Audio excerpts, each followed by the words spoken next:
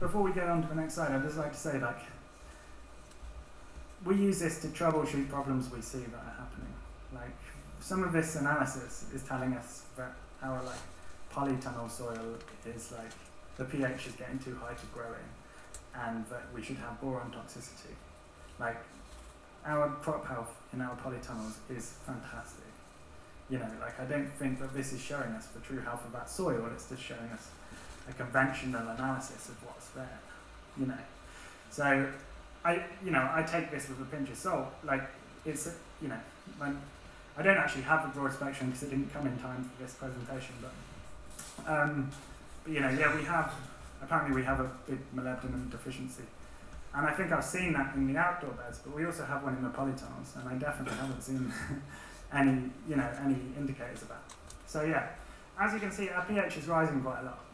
Like, it's risen to almost 8 in the polytunnels, like, which kind of makes sense. I think the green waste compost is about 8.1 that we're using, but we don't actually use that much of that in the polytunnels. We use a lot more homemade compost. Our phosphorus is very high. It's not something I'm worried about massively. It's not like, you know, in our polytunnels that makes sense because we don't really leach a lot from our polytunnels. You know, if you're leaching a lot of nutrients for your polytunnels, you can probably cut down on your watering a little bit. You know, so I've read that that's kind of a bit of a feature of organic systems sometimes, is a phosphorus buildup.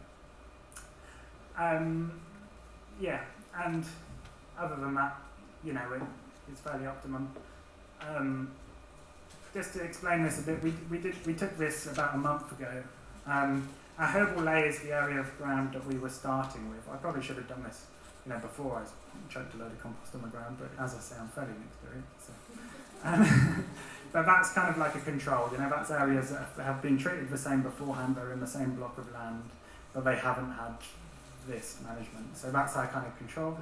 Then, you know, our noded beds, they're beds that have been down from between 1 and 2 years. They're all our outdoor beds. And then our polytunnels, which have been, some of them have been noded for 4 years now, but they have been intensively cropped for, like,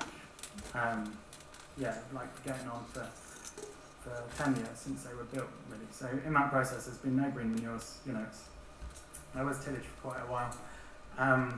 But now, you know, as I say, like, they're very healthy systems. I think, like, we also do use chicken manure now and again. When we're cropping that intensively, like, we do use pelleted chicken manure when we're taking, like, because we're so small, we kind of focus on greens, generally. You know, we do a lot of leafy greens, we do a lot of salads. When, like, you know, in the polytunnels, when we're doing lots and lots of successions, like, I don't really want to be adding massive amounts of compost between every succession. So if we think the beds are hungry, we'll use a little bit of chicken manure just to sustain that. And, you know, again, like, I'd just say that that's part of the whole system. You know, that's part of our whole farm. Like, it is intensive. It is an intensive use of nutrient, but we're on a 12-acre farm, and, you know, over the whole farm, like, we're sequestering nutrient generally. We're not using it.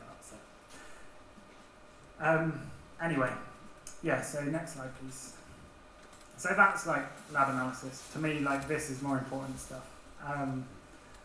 You know, the structure. I think we've inherited an idea of what soil structure should be like from 2,000 odd years of agriculture. You know, I don't know if what we think of as good soil structure is good soil structure. You know, like, you know, the soils that we're using. You know, we haven't done any. We don't broad fork generally. I've done it a few times when I think there has been issues of compaction. But we don't do any tillage. We just mulch straight away. And these are herbal lays that have been, you know, driven over with a tractor. We still use tractors, and our soils are firm. You know, they're not totally fluffy loose soils. So, you know, they haven't got that blancmange type texture that you can just, like, stick a finger into. You know, they're fairly firm, but they have a structure. You know, the life in those soils creates a structure. There's lots of pathways, you know, with the roots and worms and other life creates. You know, there's lots of tunnels. And what you see, even in firm soils, when it has that structure, is that they're totally permeated by roots. You know, the roots can move through that because there's pathways for that to happen. And what that creates is a structure that's then resistant to compaction. So like that, I think that's why we can use tractors in these systems without alleviating compaction, because we never have alleviated compaction. You know, I think like again, if you go in there straight away and like destroy that structure, you've then got to keep maintaining, you know, that because it is then very vulnerable to compaction.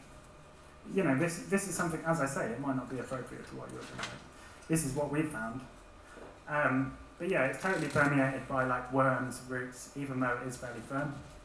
I've actually bought a piece in this roses box.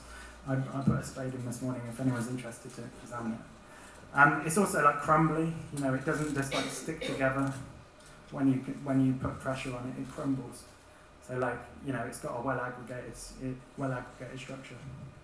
And yeah, like even in the pathways of the outdoor beds where we've had, like, you know, tractor activity with no alleviation, there's no, like, with all this heavy rain we've had lately, I've never seen any standing water. You know, I see standing water around the gardens, like in the green manures around the garden, on the weed fabric borders, there's standing water, but I never see any in the beds. Like, I've not done infiltration tests, but I'd guess that they're pretty good from just that observation. Next slide, please. I was going to do a worm count, and I didn't get around to it before I did this. but yeah, we've, like, there's heaps of worm activity. You know, we see, you know, on all our, like, kohlrabis and squashes and stuff, you see worm casings whenever you lift up a squash, like, there's worm castings underneath them. And, like, you know, these days we seem to have worms living in our lettuces. I don't know if anyone else has that, but that seems to be a new thing for us. They seem to, like, come up and, like, start living in the little gems. But like, there's definitely a lot of worm activity. I'm like, you know, I'm confident of that. And yeah, like we're seeing like a lot of fungal activity. We're seeing loads of mushrooms. We're seeing really high levels of aggregation, and you know, we're seeing, you know, a lot of beneficials generally. But that comes from the whole picture. That's not just from the no-dig stuff. So, you know, I just want to challenge the idea that like not having weeds and stuff means that you're not going to have any beneficial insects, because you can. Yeah, so like again, like I could just talk about mulching, but